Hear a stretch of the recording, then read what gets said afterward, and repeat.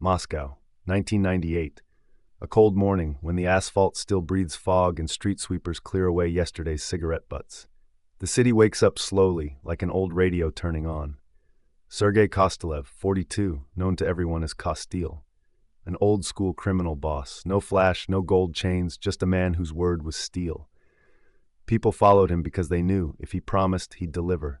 A dim light burns in the kitchen. Coffee, a gun, a newspaper. Everything as usual. Only his eyes are different, alert, tense, like a wolf sensing a hunt. There's a chill of foreboding deep inside him. 2 short knocks on the door. The signal of a friend. Pashtet walks in, his right hand, his brother since childhood. "Boss, we need to talk." He drops a folder on the table. "They're checking our warehouses. Someone's digging for our papers. Not the cops, others. Serious people." Kostel nods. "The one on the south side? They were in touch last night. Then nothing. Radio silence." "Let's go." The courtyard is empty. The Volga hums, the radio hisses. "Elisa, it's all rock and roll." The city is gray but alive, vendors setting up crates of oranges, someone shouting about dollars on the corner. Everything moves, pretending nothing's wrong. They reach the warehouse. The air is thick like before a storm. Kostil steps out first. "Stay here," he says to Pashtet. He takes 3 steps. "Freeze, police." A split second, then chaos. Shouts, flashes, boots, rifles. He's slammed to the ground, hit with a gun stock. Cold metal on his skull. He doesn't resist. He just says quietly, "Too late, boys." A basement. The smell of mold and tobacco. Across the table sits a man in a suit, calm, with a notebook. "Kostelev, you're not stupid. Give us the documents and you walk out alive." Silence. "You think you're a hero? You know who sold you out?"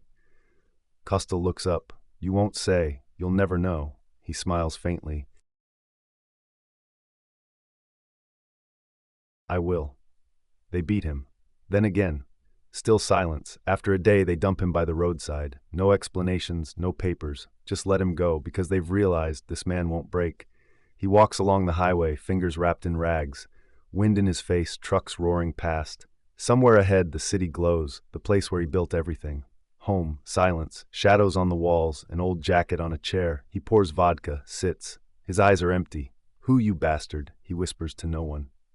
He starts digging, day after day, threads, whispers, rumors. People avoid his eyes until one name keeps coming up. Pashtet. He doesn't believe it. Checks again and again. Everything lines up. His stomach turns cold. No, not him, he tells himself. But he knows. Night, snow, silence. He walks through the courtyards, gun in hand. Wind howls between the buildings. Pashtet's dacha, guards, gates. Kostil moves like a shadow. Quiet, precise. 2 guards go down in the snow. No blood, no noise. Inside, warmth, fireplace, cognac, music. Pashtet looks up and freezes. "Boss, I didn't mean to. They had me cornered. I thought they'd let you go." "How much?" 50 grand. "Shut up." Silence. Only the crackle of fire. Kostil sits across from him. "We grew up together. You knew I don't bend. I knew. Then why? I was tired, Sarge. All those years, fear, blood, I just wanted to live. And what do you think I wanted?" He raises the gun. Pashtet cries but doesn't beg. He just stares. "I'm sorry," says Kostil. "I would have protected you, even if you confessed." A shot. Silence. Smoke drifting above the body. He sits beside him, eyes dry. The tears are gone, burned out. He gets up, walks out. In the car's glove box, a photo of the 2 of them, young with a soccer ball. He goes after the rest, one by one. Some try to talk, some stay quiet. The result's the same. He doesn't kill out of rage, he's cleaning the rot, methodically. The last one left is the officer who oversaw the case. Night, forest, snowstorm. "Tell me who was behind it." "It's too late for you, Sarge. It's all decided. I'll find out anyway." "You won't. Your man signed everything." "My man? Pashtet, he's dead." The cop smirks. "Then you haven't figured it out." A gunshot, echo, silence. Morning. He returns to Moscow. Exhaustion like concrete. On the table, a photo, an ashtray, a pistol. He falls asleep sitting there, wakes up to knocking. 3 short knocks. Not 2, like always. 3. He frowns, grabs the gun, opens the door, nobody there. Just an envelope on the floor.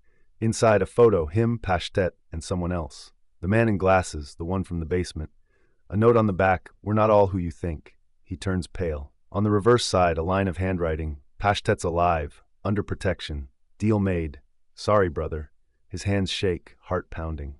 "No," he whispers. "No." He dials an old number. Rings. A voice answers. Who's this? Pashtet? Serge? Don't. It's over.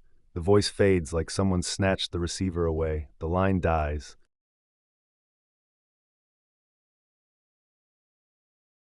Kostel sits, staring at the wall, his mind buzzing. He realizes everything was a setup. They released him on purpose. Every move, every death, part of the plan.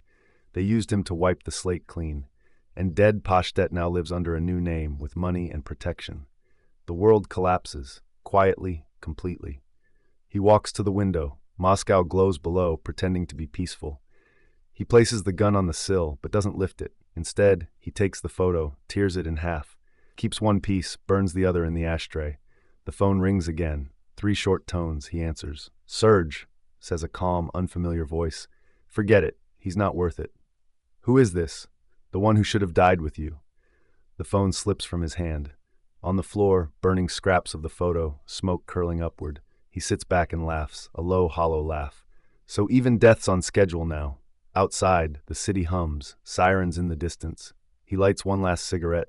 Smoke fills the room, turning everything gray. A week later, the news reads briefly. In Moscow, Sergei Kostylev, known in the criminal world as Kostil, was found dead. Cause of death unknown. But some know the truth. The body was never found. Only ashes, a cigarette butt, and half-burned photo scraps. And somewhere far to the south, a man under a new name opens a drawer and takes out an identical half of that photograph. On the back, 3 words written in Kostil's hand. "Brother, we'll meet again?"